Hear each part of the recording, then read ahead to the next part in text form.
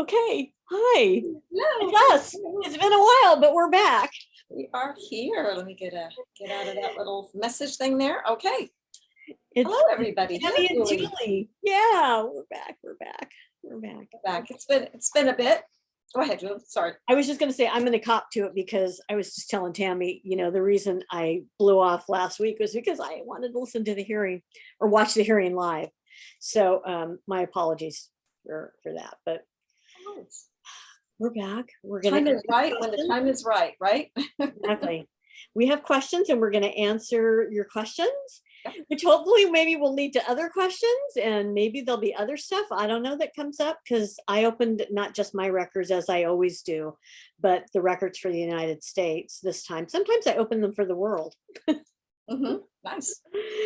So anyway, for those of you, if we have anybody new, we're two psychic moms, Tammy Langowski and Julie Hawkins. And where can they find you, Tammy? You can find me on my website, tammysintuitive.com, social media, Tammy's Intuitive Services, Instagram, TikTok, and Facebook on the social media. Thank you. How about you, Julie? I'm always so impressed that you're so connected that way. Well, But really, I don't want to be so. That's the way that is. I have a Facebook page, although I'm not there a whole lot. I post our videos, our episodes here. And I have a website where you can book a reading, a private reading. And yeah, that's about it. Yeah, that's good. That's good. So you know how to get a hold of us. Yeah, like Julie said, we're both available for private sessions, and we do love your questions on Two Psychic Moms. Anything that's for the better good of all kind of questions or philosophical questions you wonder about, we love to tune into our guides and channel a response for you. So. And when we first started this, we did talk about how we might talk about our cats. Mm-hmm.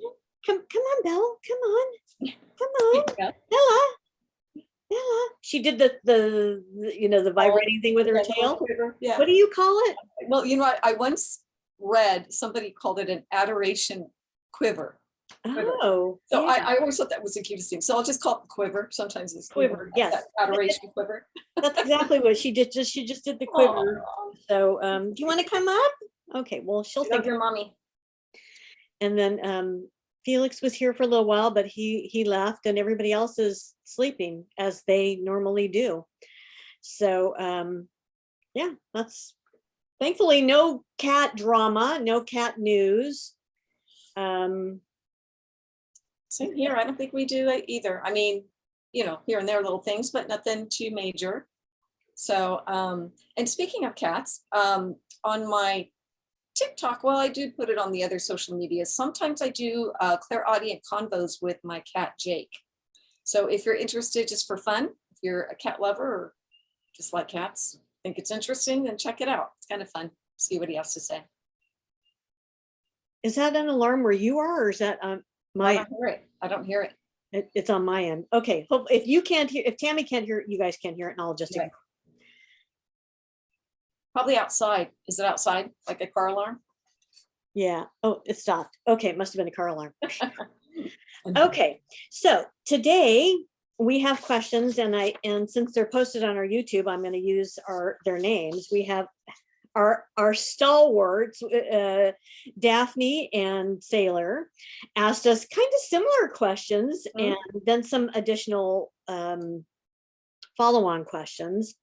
So I think if we start with Sailor's, I think we'll answer some of Daphne's as well.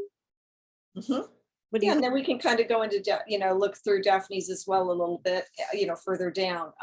Yes. Yeah. There's a couple of questions within that. And these, I know I always say this, are great questions. But you know what? I mean, it really resonated. These questions really are good questions. And because a lot of people are feeling this way. And I think maybe the reason I perked up when I read it was because in my readings, I get a lot of these kind of questions. Really? I do about the relationship things. And there seems to be so many challenges more now. I don't want to put that out to the universe, but it seems like there are. I think about versus when I was dating, which was a long time ago. Yeah. But you know, and there's pros and cons, right? There's pros and cons to the whole, which we'll get into that. But like even just wondering, maybe Daphne was the one who said about the, you know, don't know if it's kind of social. Oh, wait, I have two words for you: social media. Yeah, exactly. So I would say really there are pros and cons to everything, including that. I mean, back when I was dating versus, you know, what you didn't have of options, you know, that you do have now. But with that comes other challenges, right? That's the world we live in, you guys. Pros and cons to everything. But anyway, okay. So do you want me to read it for you? Do you want to? Either way, yeah, we can do that. Or I can read it too. So whatever you prefer to do. Do you have a preference? We're such women. Guys would be like, seriously, guys would just be like taking it over, just like, you know. I know. And I just laugh because, but I love that about women too. I know that's, I'm just going off topic here, but that's the thing too that's really cool about women is that we want to kind of do the right thing for each other. Oh, that's a whole other conversation, right? About women's and men's roles, but yeah, it is. Anyway, all right, you go, read it. Do you want me to read it and then you want to start? Okay, that's fine with me. I'll read it and you start. Okay. Are you guys still with us? All right, yeah, you go ahead and I'll tune in here. You know, we're not going to take our routine on the road. That's what we'll or maybe we should. I don't know. Okay. we make each other laugh, so why not? Yeah. Okay. So Sailor says, thank you, ladies, from our last one about Roe v. Wade and democracy and support from guides and just all the crazy stuff that's going on. Anyway, she says, can you discuss toxicity in relationships these days? It just seems like many relationships are plagued with betrayal and manipulation. Are we experiencing spiritual warfare? Has this always been the case, and is social media just putting a spotlight on things? There's so many dysfunctional relationships, and it makes me wonder, should we just give up and settle? Ooh. Yeah. Okay, so good questions. Like I said, good questions. It's funny. I'm gonna start by saying this, that again, like in my readings, I hear more and more too of like just that settling kind of thing, that's almost become, I think, a thing. Wow. Not that it has to be a thing, or that you really personally, individually need it to be a thing, but that it seems like people, I'm going to say the younger generation, whatever that is, that are out there dating, tend to be in relationships now that are based sort of on that.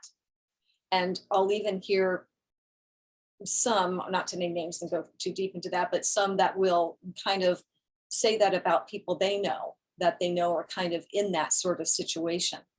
And I do think back, and I will of course channel here, I am sort of channeling anyway as we're talking about this, but when I was in those situations, it was stated more like this: I'll keep dating until, you know, somebody else comes along, you know, to somebody else, you know. And maybe it's funny, we didn't call it so much the settling then, but in a sense that's kind of was the same mindset.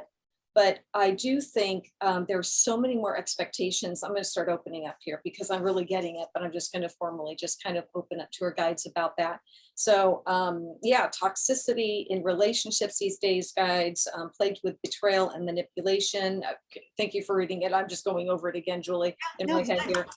That's just the way I got to do it. So are we experiencing spiritual warfare? Has this always been the case of social media just putting a spotlight on things? Yes, let's speak about that, the guides just said.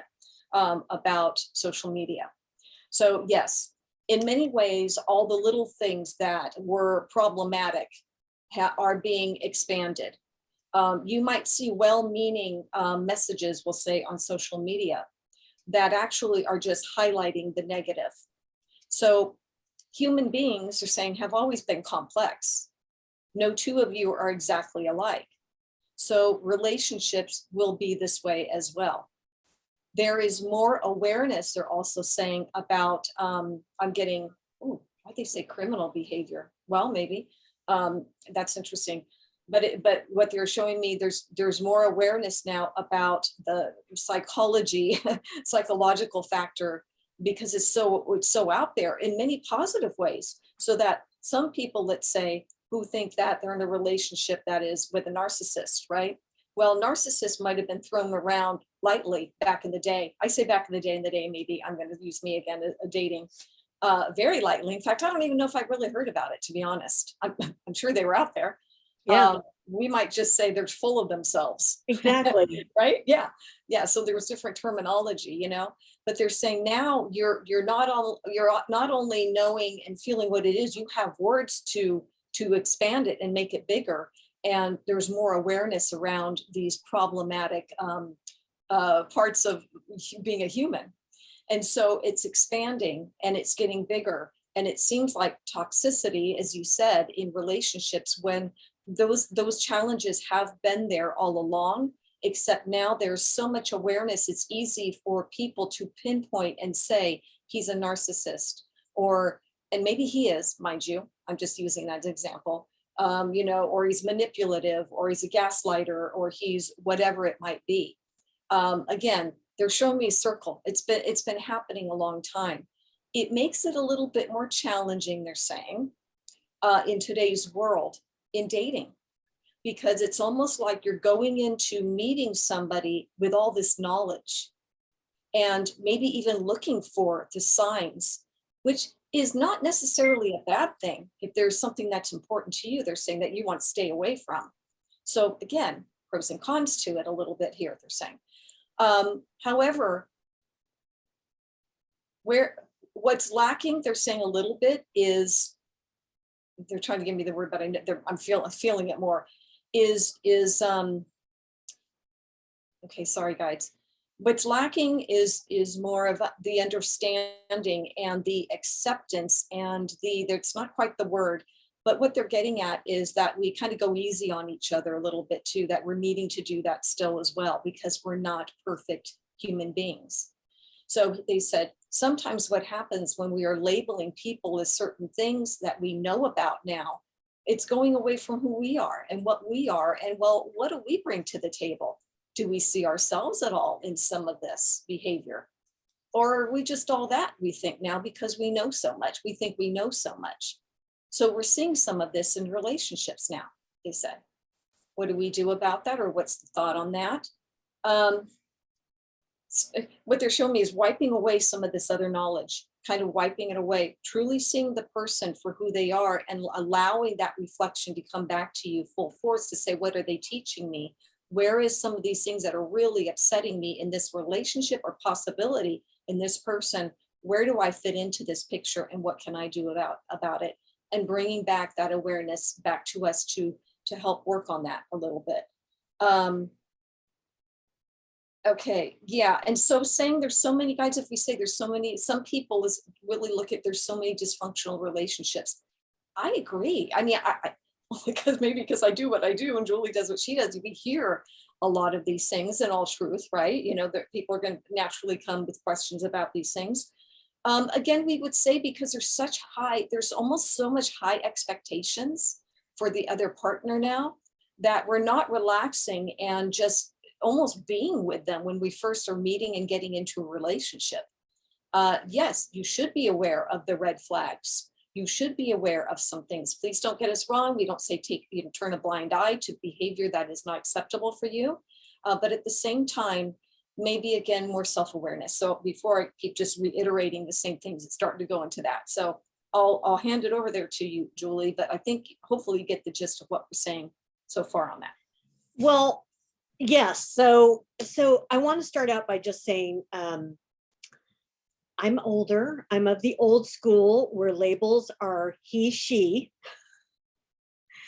And so please forgive me if anybody's offended if we use he and she. Okay. Right. I'm going to be real honest. It's probably not going to change. Sometimes I use they. I mean, I'm co-authoring a book and I work really hard to use they and them or their in there, but otherwise, yeah, this is the way it is. So,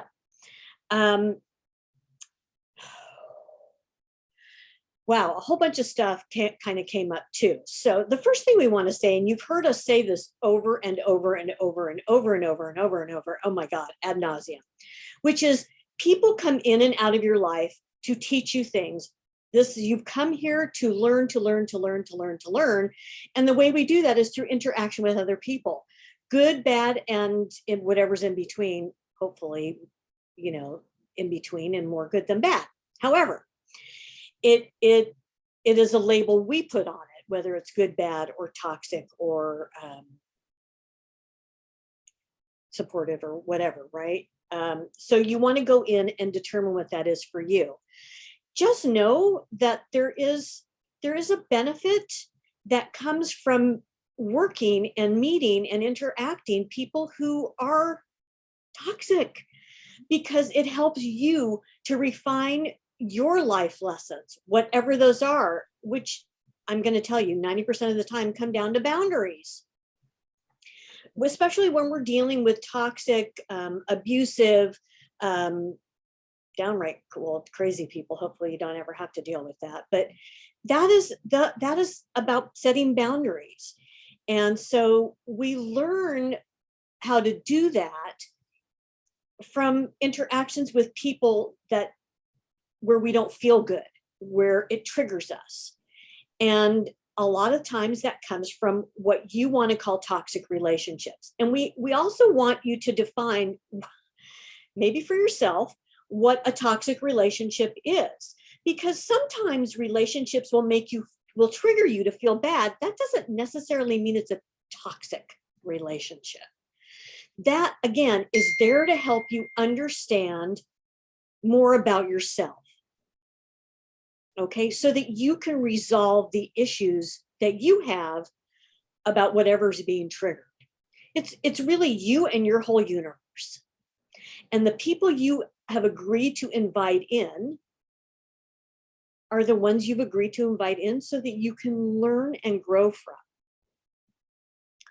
So it's not an easy answer. There's a lot of moving parts.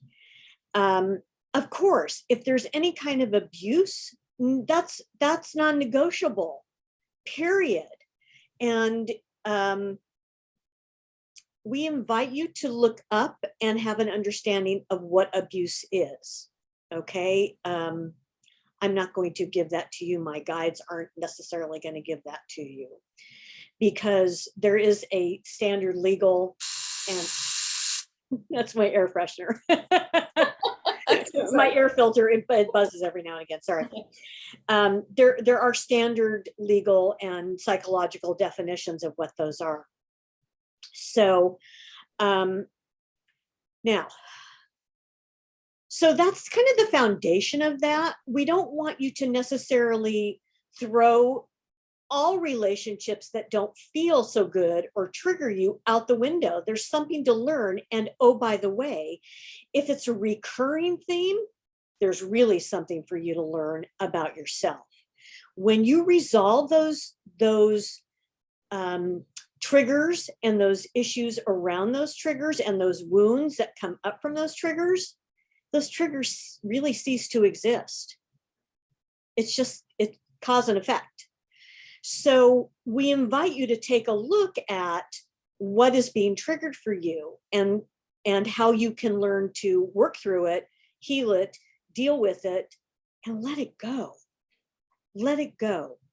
Because watching it come up over and over again and then blaming it on, oh, it's a toxic relationship, we invite you to take a little bit more responsibility, as Tammy and Tammy's guide said, as an internal look at yourself.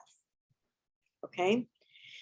Again, not to negate that and say that there aren't people out there that are toxic or narcissistic, because there are.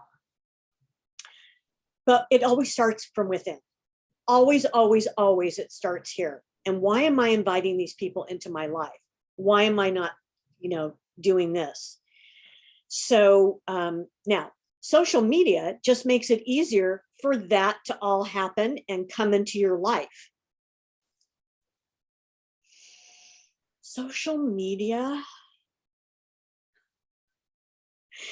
is destructive and supportive all at the same time. And you have to learn what makes you feel good and get rid of the destructive and the things that trigger you and put yourself into the places that are only supportive. So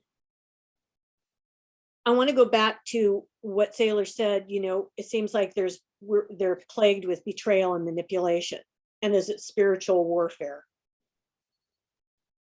I'm not really sure what you mean by spiritual warfare. All of this that happens in your life is some of it is pre-planned. In other words, your life lessons have been agreed upon before you come in. You know that. We've talked about that over and over again. How you learn those life lessons are a multitude of choices, opportunities, and options. And if you don't look at them over and over again, then those options will increase to become more painful, because we don't look at it until it becomes so painful that we have to do something about it. It's just human nature. And so manipulation, what does that mean exactly? Only you can let somebody manipulate you. Only you are letting somebody do something to you by not setting a boundary and not saying, whoa, this doesn't feel good. And I can't have I'm not going to have this in my life, or it has to be another way, or we have to work on negotiations or compromises. But I'd be careful of labels. I'd be really careful of labels. And they're saying, just really bring it back to, what is that trigger? What do you need to work on? And when you do that and heal that and let go of it, those other things will, for the most part, disappear. Okay. And they're saying, don't give up and settle. Oh my goodness, no. That's who are you settling for? Who are you settling with? We never want you to settle for you inside, right? You're always going to strive for more and better. But the way to do that is to look inside. Right? Make sense? Yeah, absolutely. So now, all that being said, remember, we're human. And you're not going to have, if you have this expectation that you're going to have this perfect partnership with somebody, that is not the reality. It will never be the reality. Never. I had probably one of the most wonderful relationships with my partner, and don't let it ever fool you that there weren't big challenges in communication, because there were. And we worked on it. And so if it means getting professional help, get some professional help, whether that's in communication or understanding your own feelings and needs, whatever it is, get that help. I want to bring this up. This is really interesting. A friend of mine told me she was going to start watching a show called Marriage at First Sight. It's actually a show that's been on for I've seen it. 2014, right? And I started watching the first season of it, which I watched all the way through, and I'm like, okay, I've had enough of this. But I found the foundation of it very interesting, because it goes back to really matchmaking. It's all about matchmaking, and what was done in many, many cultures centuries ago is just, it's old as new, right? Because so many people were having a hard time meeting.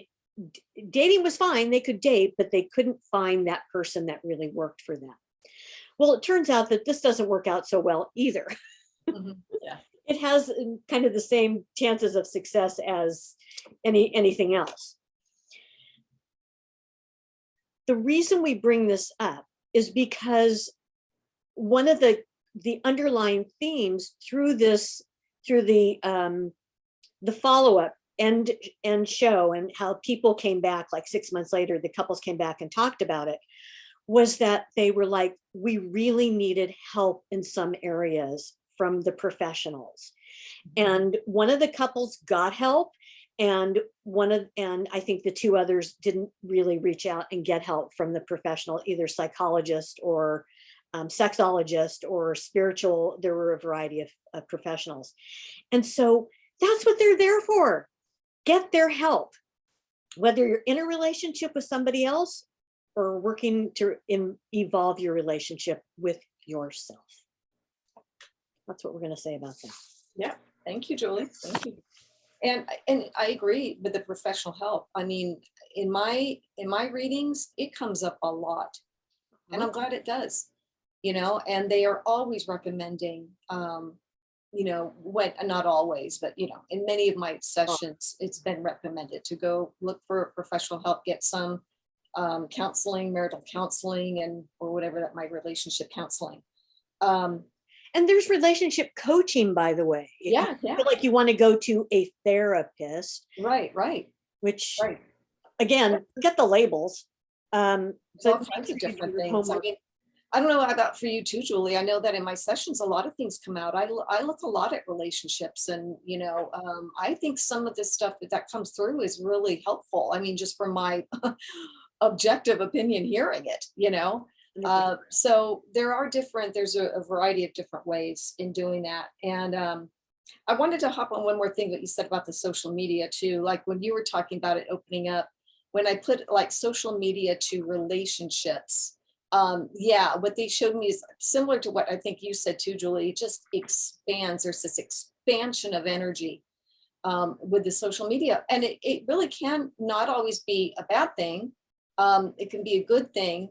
And yes, again, it's very, very individual, as far as the other thing they're showing me. And I've said this, if anybody's watching, who's had sessions with me, my guides always love it during relationships, whether they're going to split up or, there's been a split or it's coming to an end, to really do your homework, right? Before you're jumping into any other relationship. I mean, that's kind of a no-brainer to say that, but they will show me the must-have column. They always draw the line down a piece of paper, must-haves, deal breakers. I've probably talked about this before, but get very clear as to what you know for sure now you need in a relationship, and it may not even be, you're not attaching any personal negativity to the person that you've been with.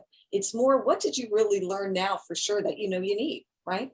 And as well as the deal breakers. And then they said there's always compromise in the middle.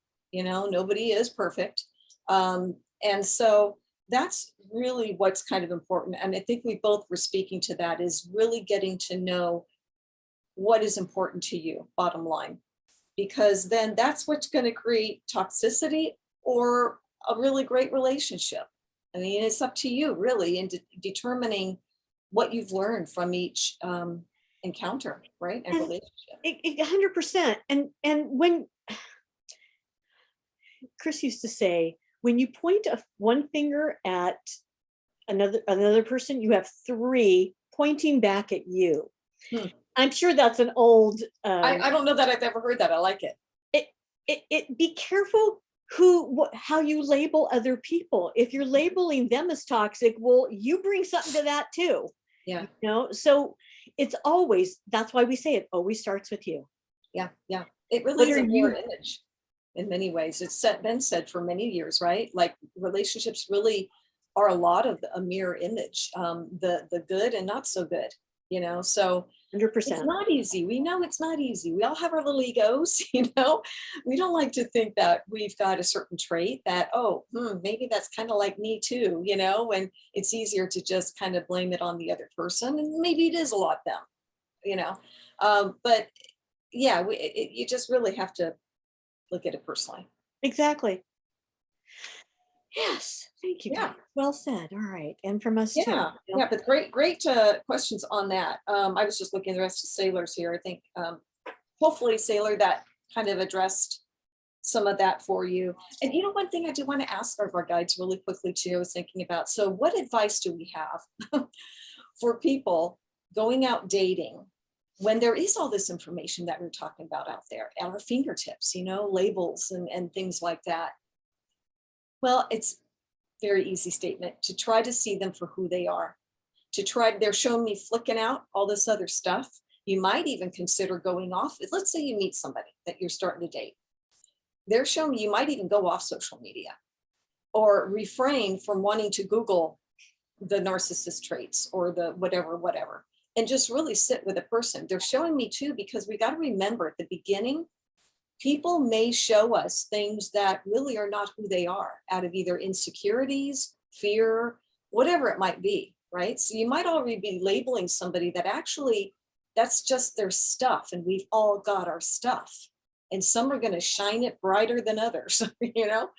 So they're saying, take time with them, take time with that person within reason. You're going to Yeah. know, obviously, if this is somebody that you're getting the gut feeling, oh, stay away, then you need to honor that. But if it is, you're not sure, you know, you might see some things you're not sure about. Don't know if I really like that, but get to know the person.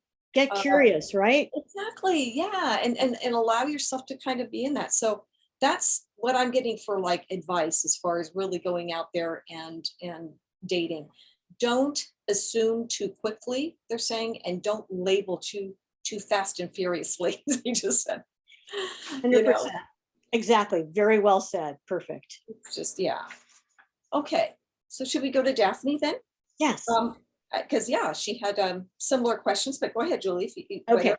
So we got sort of the first part of her question out of the way. So I'm going to go into where it says, she starts with, but so she asked about human concepts and toxic relationships too. But then she says, do angels and spirit guides help and assist those lower vibrational work? And so let's start with that, because of course, you always have spirit guides. You always have masters who are looking out for you. You always have teachers. Just because you're in a place, you're in a vibrational place, there's always going to be those who are in a different, maybe lower vibrational place, and those who are in a different higher vibrational place. And we all have helpers in the unseen world. All of us. A lot of people don't acknowledge that or know how to tap into that and ask for that. And they'll get there eventually, one day, or not. So yes, I mean, the simple answer to that is yes, we all have helpers, no matter what vibrational frequency we are at.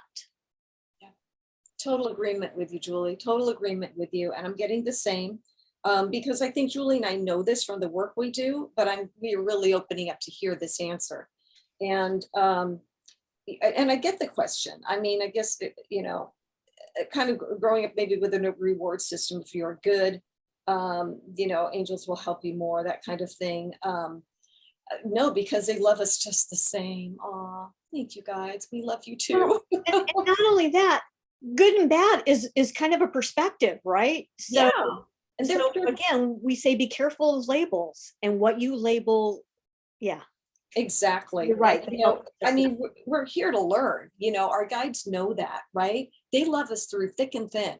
They know that those lower maybe vibrational things we're pulling towards us and lessons we're pulling towards us, all the more they want to be there to help lift us.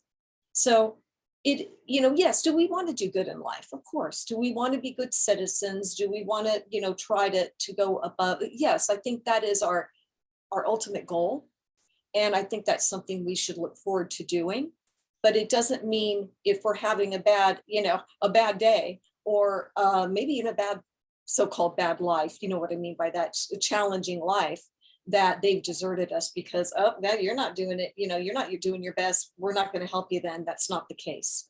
They are with us they're just telling me all the more strongly, lack of a better way of saying it, supporting us through those times where we think, oh, surely nobody would be with me right now because I'm just in this funk, or I've not really treated somebody else well in a relationship, we'll say.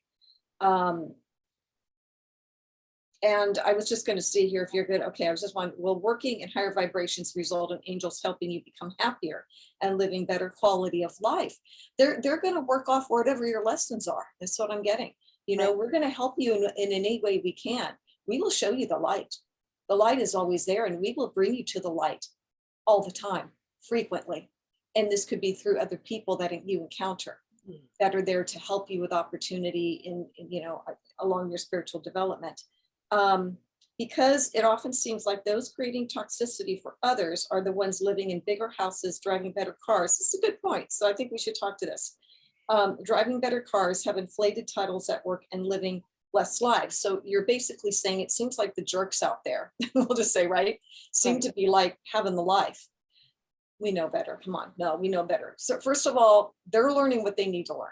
They're going through it the way that they need to go through it. Mhm. And we know that putting any material kind of connection to this, again, like a better way of saying it, is not what the real stuff is anyway, right? So if some of these people seem to, quote, have it all, that's because they felt that that's how they love themselves, and they feel like that's the best way that they can feel like they are excelling, they're exceeding, they're succeeding in life, is to maybe attach a lot of that to that. Now, that being said, it doesn't mean there aren't people who really are in alignment with source that are creating abundance as well, you know. Right. So there you go. Welcome to life. Welcome to the earth plane. It can be this, it can be that, it can be a lot of different things thrown into the mix. But really, I would say to this, Daphne, the more you or anybody else puts their attention on that, then it will seem that that's all you see in your life. You see what I mean? Because really that is how it works. Where you put your attention becomes bigger.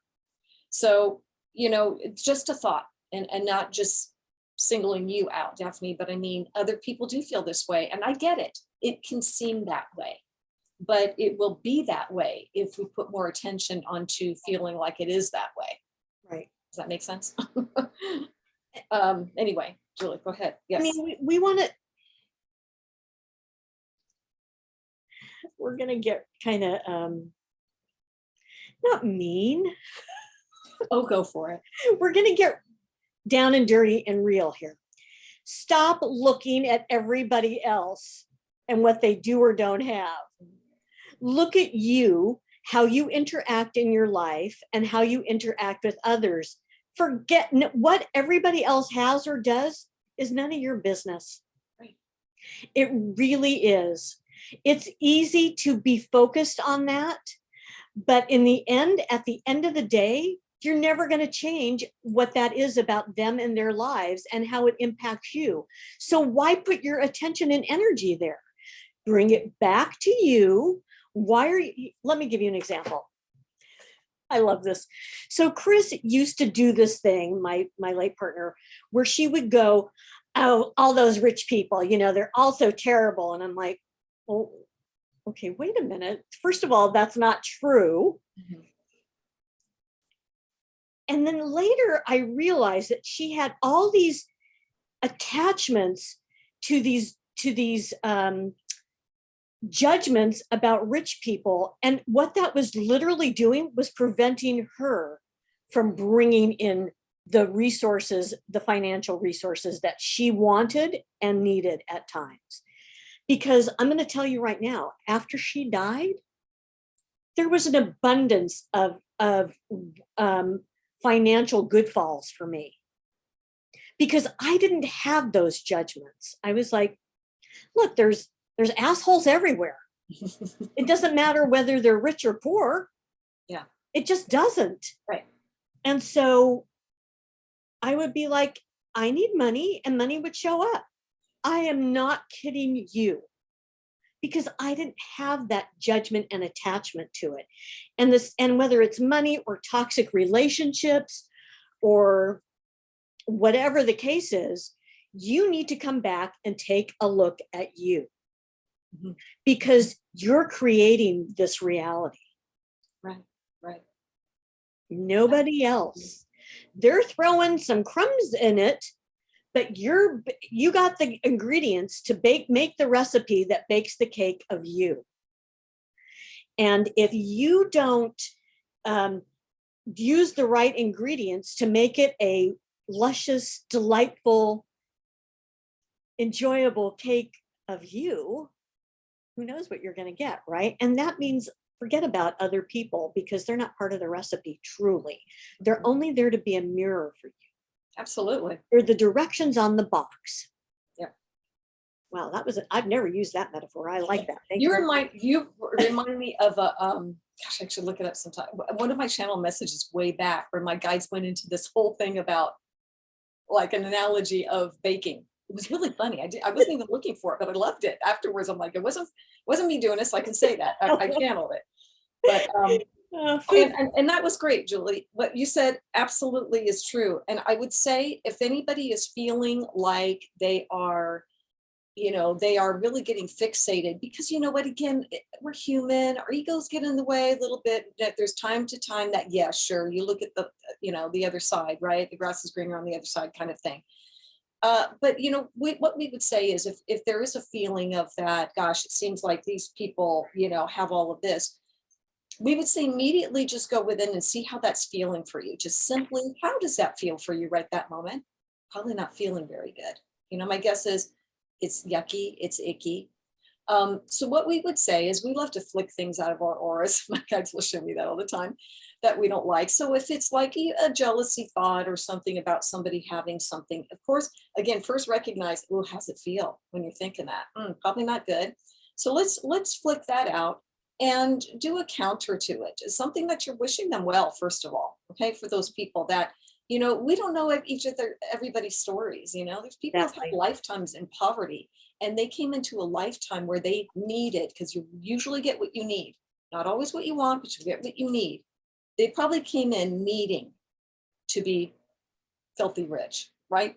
Or to have all these physical things with them. Money, what's the word I'm looking for? But you know what I mean. Things that are tangible, and cars and homes and whatever it might be, right? And that was important to them. So we have to remember those people. Some of those people are learning great lessons for themselves. You've had lifetimes of different things coming in. So And they may not be learning them consciously that you can see them, but it's a cumulative lifetime experience. Exactly. So wish them well. I would say wish them well, regardless of what their behavior is too and who they are. Know they have their own path and there's reasons they've created that, but of what you can do. Always going back, like we're saying, going back to you and really determining what's important to you, right? And expecting that you're worth abundance, incredible abundance. And I love your story, Julie. That is great because it's really true. You had a great point. It was so wild the way it happened. I can't even, it was just that's awesome.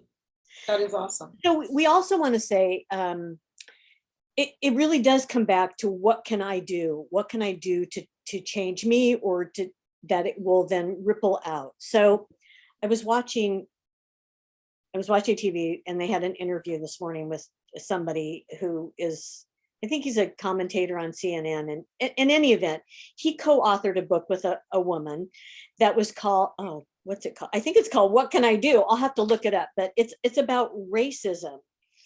And like being a white person, I have to really think about what does that mean? How am I maybe unconsciously doing that? And what can I do? And this book is all based on that. And I want to tell you what that book is called, because it's not just about that book. It's not just about racism. It's about everything in your life.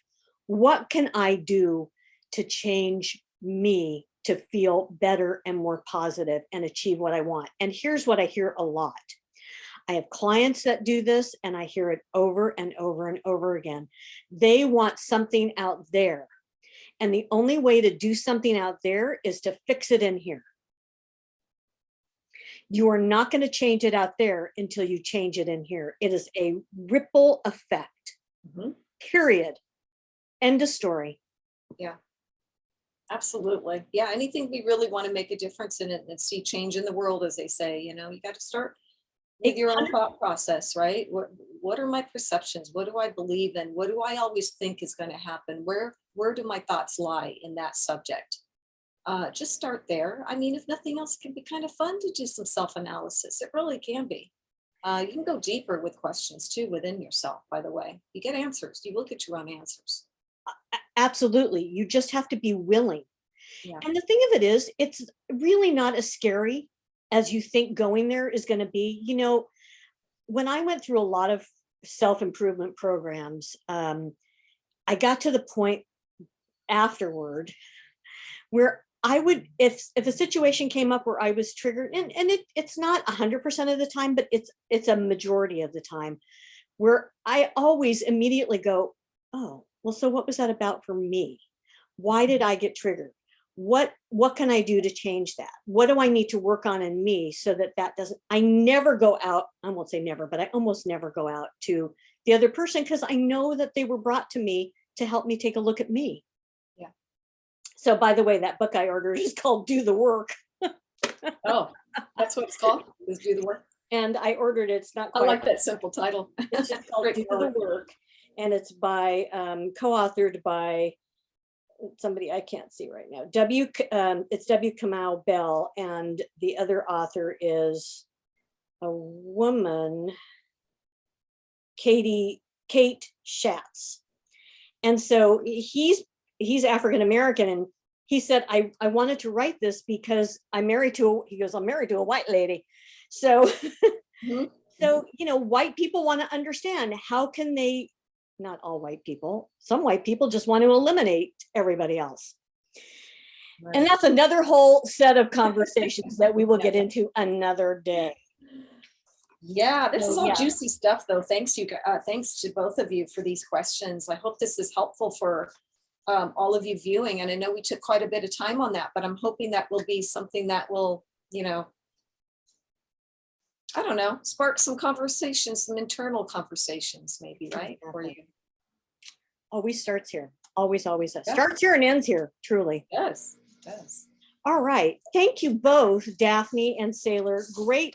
And you were both on the similar wavelength, and great minds want to know. So, and they are willing to answer. So thank you so much for that. And hopefully we'll get back on a regular, every other week-ish. Yeah, send in those questions so we have some, Yeah, something to work with. Anything else we want to close with, or? I think that's it. I think not coincidental. These came up today between two people, some similarity, as we were saying. So I think, messages were delivered. That's what I'm getting. All right. Until next time, I'm Julie Hawkins. And Tammy Langowski. And we'll see you soon. Okay.